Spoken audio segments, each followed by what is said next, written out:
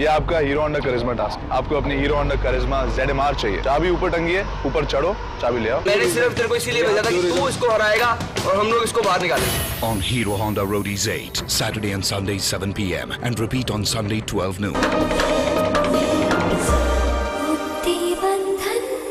नहीं मामा, देवकी और मैं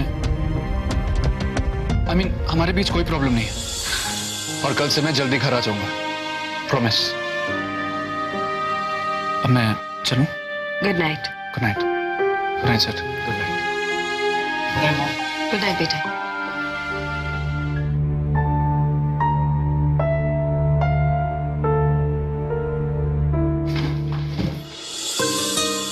अरे ये क्या है? कपड़े हैं, मतलब मेरे कपड़े हैं। दूसरी कोई जगह ही नहीं मिली। तो मेरे कपड़े कहाँ हैं? आपके कपड़े उस ड्रॉर में हैं, ट्रैक्स और टी शर्ट। बाकी के सारे कपड़े इसी अलमारी में हैं, पर थोड़ी जगह बनानी पड़ी। आई एम सॉरी, मगर आप कहे तो मैं सारे कपड़े वापस अपनी बैग में रख देती हूँ। कोई जरूरत नहीं है, वरना बैग तो मुझे ही उठाना पड़ेगा ना। हाँ, यही सोच के मैंने सारे कपड़े इसी अलमारी में रख दिए।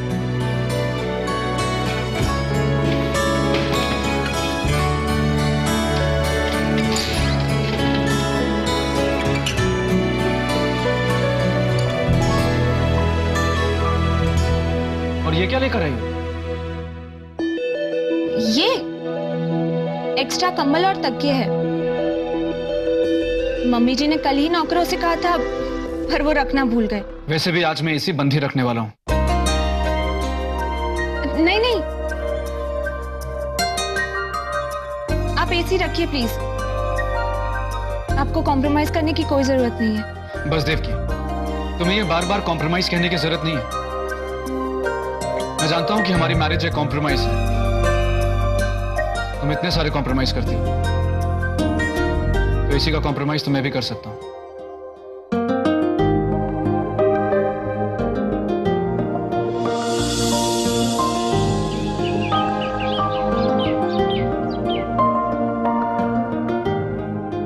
अच्छी अच्छी अच्छी। वैभव जी, क्या हुआ? वो एक्चुअली मुझे पंखा सूट नहीं करता, तो मुझे छींके आ जाती है। I'm so sorry। अच्छा, कोई बात नहीं। कल तुम छींक रही थी और आज मैं छींक रहा हूं।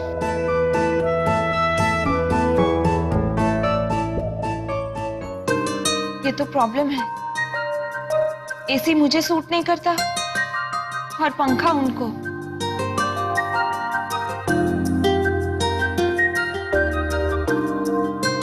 गणपति बप्पा, इसका कोई रास्ता दिखा दो। सामां पातु सरस्वती भगवती निशेष जाड्यापहा। लो मास्टर, चाय पी लो। अरे अरे, ये क्या कर रहे हो? जो आपको कुछ सिखाए उसे प्रणाम करना चाहिए, ऐसा शास्त्रों में लिखा है। तुमने तो आज मुझे बहुत बड़ी शिक्षा दी है, इसलिए तुम्हारी पूजा कर रहा हूँ। अरे, मैंने कौन सी शिक्षा दी आपको? तुमने मुझे सिखाया कि पत्नी अगर घर छोड़कर जाने की जिद करे तो उसके पैर पकड़ लो, पर जाने मत दो, खासकर बुढ़ापे में, वरना जीना मुश्किल हो जाएगा। आज के बाद तुम जहाँ जाओगी मैं तुम्हारी थैली लेकर पीछे पीछे आऊंगा। बस अब ये बातें पवला सुन लेगा तो पूरे गांव में ढिंढोरा पीटेगा, हमारी आबरू जाएगी। अरे ढिंढोरा तो पीट चुका है काकी। मैंने सुनने से पहले आपकी आबरू शहर में बढ़ा दियो। अरे गांठिया की दुकान पर भी सबसे कह डाला, क्या गांठिया ज्यादा देना भाई? अरे काकी घर आई है, इसलिए तो बूढ़े काका आज जमकर गांठिया खाएंगे। क्यों काका?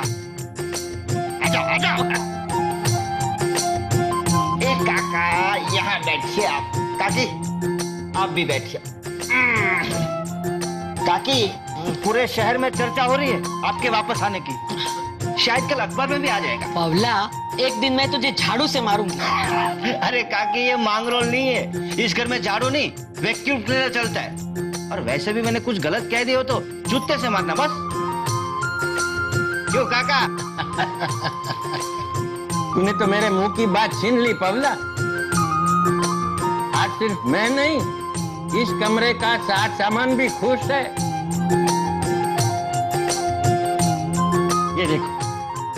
ये देखो ये आईना ज्यादा चमक रहा है ना? है?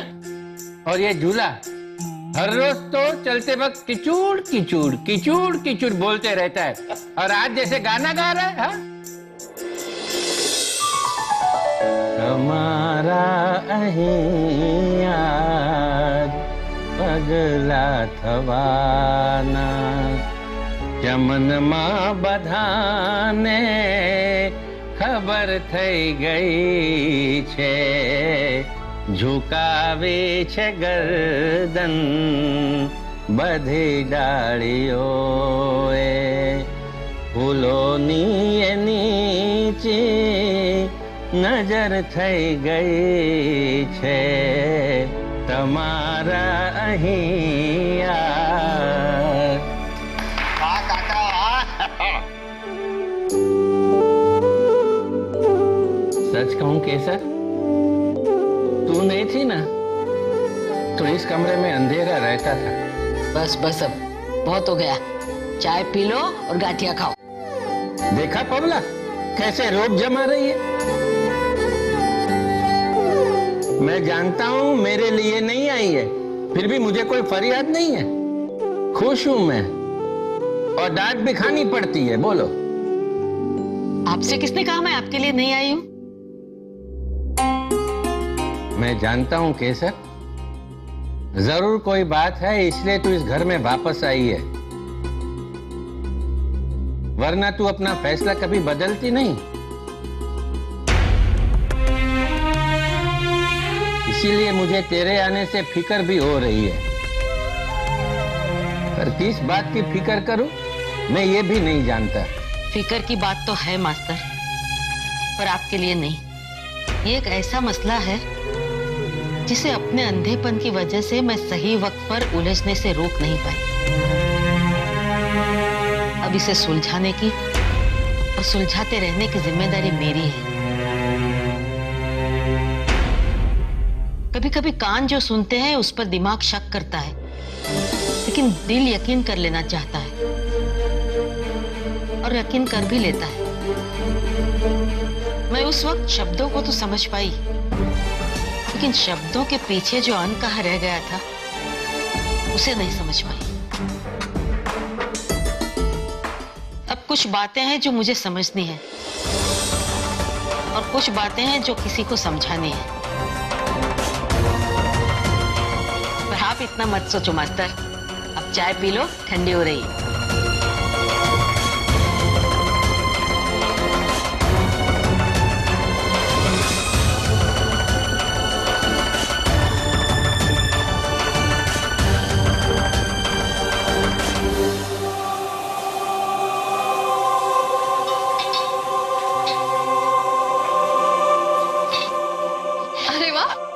बेटा, अरे वाह, आज ब्रेकफास्ट में सब लोग एक साथ। I'm sure ये जरूर कल का चमत्कार है। अरे पर मुझे ये बताओ कि जिसने ये चमत्कार किया है वो कहाँ है? आई मम्मी जी। सॉरी मम्मी जी, आने में जरा देरी हो गई। कोई बात नहीं बेटा।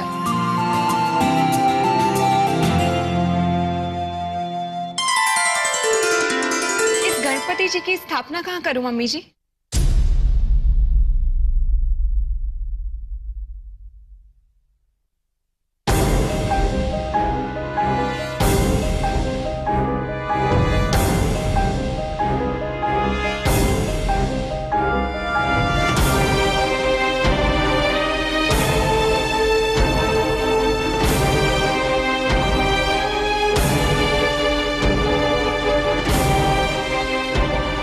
मम्मी जी, हमारे घर में मंदिर कहाँ है? नहीं है।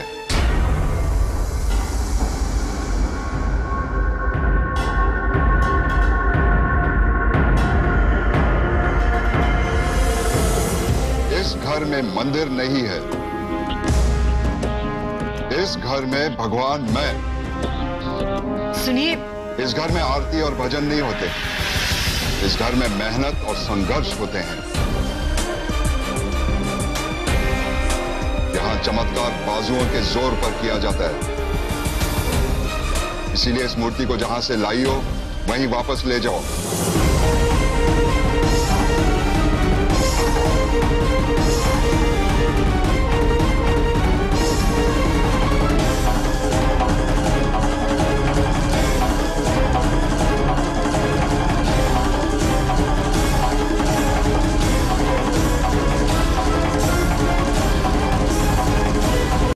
उसूल उसे कहते हैं ईश्वर, जिसे संभालने के लिए इंसान अपनी इच्छाओं को कुचल दे।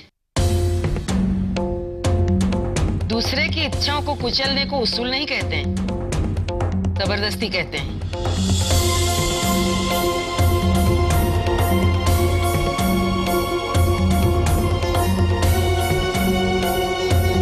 मेरे और तुम्हारे नजरिए में फर्क है बाबू। मैं जानता हूं कि मैं कोई अन्याय नहीं कर रहा हूं।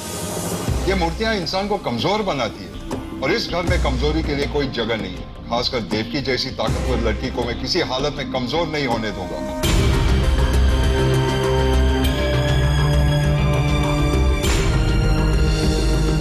मन की भावनाओं को कमजोरी नहीं कहते हैं बेटा। भावनाएं तो जीने की ताकत देती है।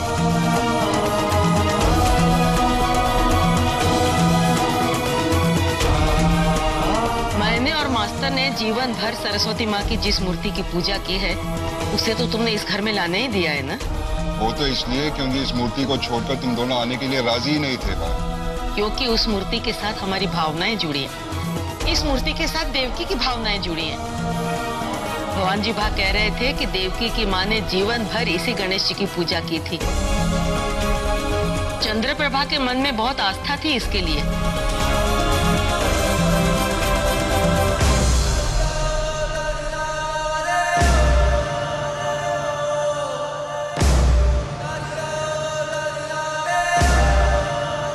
तुम्हारे मन में आस्था और श्रद्धा का कोई मोल हो न हो, किसी की यादों का मोल तो जरूर होगा ना बेटा।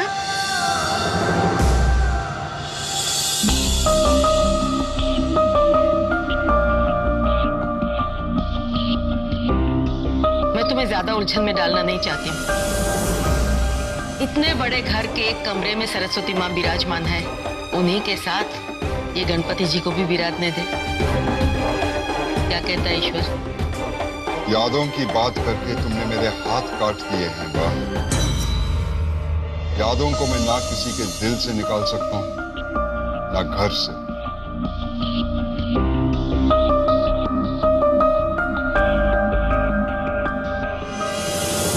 देवकी अपनी मूर्ति तुम्हारे एक कमरे में रख सकती है बा।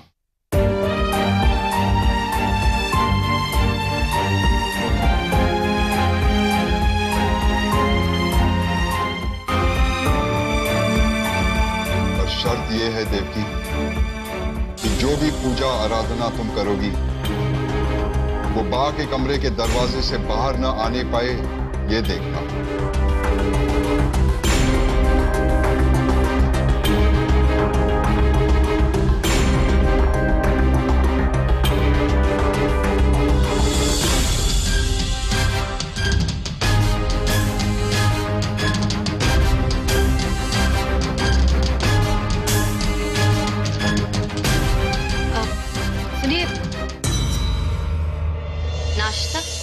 पेट भर गया है। बा के दिल में देवकी के लिए जो प्यार है, जो चिंता है, ये देखकर मेरा पेट भर गया चारू। चलता हूं। एक बात और देवकी, ये मत समझना कि मैंने आज तुम्हारे लिए इस घर के नियम को बदल दिया है। सिर्फ तुम्हारी माँ की और तुम्हारी जो भावनाएं हैं उसका लिहाज किया है मैंने। और आगे से इस घर में सिर्फ मेरे बनाए हुए नियम चलेंगे। वैसे मैं जानता हूं कि तुम समझदार हो। आज भी तुमने अपने मुंह से कुछ नहीं कहा, और मुझे यकीन है कि आगे भी हमारे बीच कोई संघर्ष हो, ऐसा मौका तुम आने नहीं दोगी।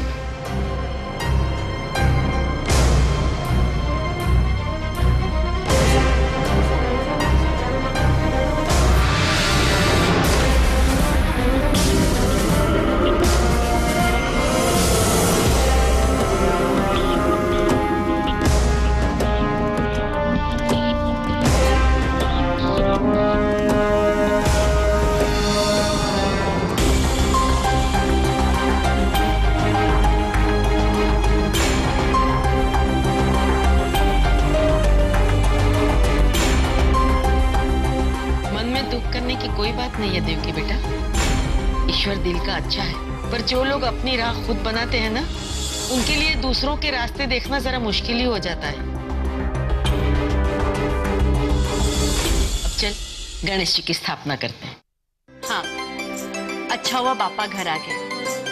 सालों से सरस्वती माँ अकेली थी, अब उनको कंपनी मिल जाएगी। चलो चारू, मेरे कमरे में बापा की स्थापना करने चलो।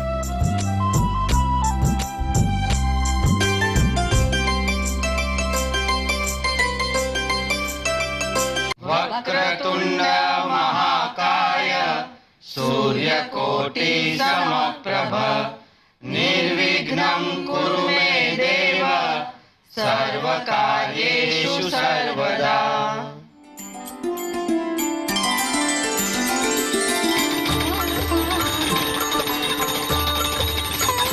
गणपति बाप्पा मोरया, मंगल मूर्ति मोरया।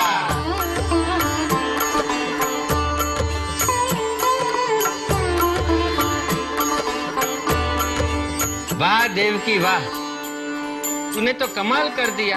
आज तक मैं विद्या की पूजा करता रहा और मेरा बेटा संपत्ति की पूजा करता रहा, पर किसी को ये ख्याल नहीं आया कि विघ्नहर्ता को ले आओ। विघ्न हटेंगे तो घर में सुख शांति आएगी, और तभी विद्या का संपत्ति का सही मोल होगा।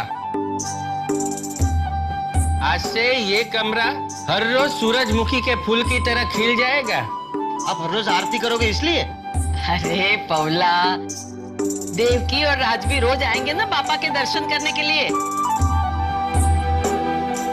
और जिस घर में बहुओं के हंसते हुए चेहरे हो, वो घर फूल की तरह खिल जाता है, ऐसा कह रहे हैं तेरे काका। क्यों देवकी, दर्शन करने आओगी ना? जी दादाजी, चारों के चरण स्पर्श करूंगी, 2 भगवान की मूर्तियों के और 2 जीते जाते भगवान के, दादाजी और दादी जी। सुखी रहो बेटा।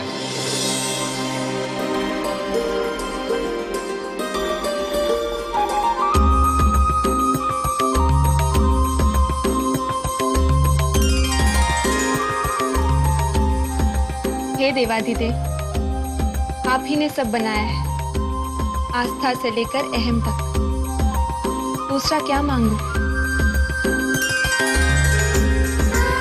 बस इतनी शक्ति देना कि मन में हमेशा बैर की जगह प्यार रहे, और जो आपसे दूर रहते हैं उनके मन में अहम की जगह आस्था पैदा कर सकूं।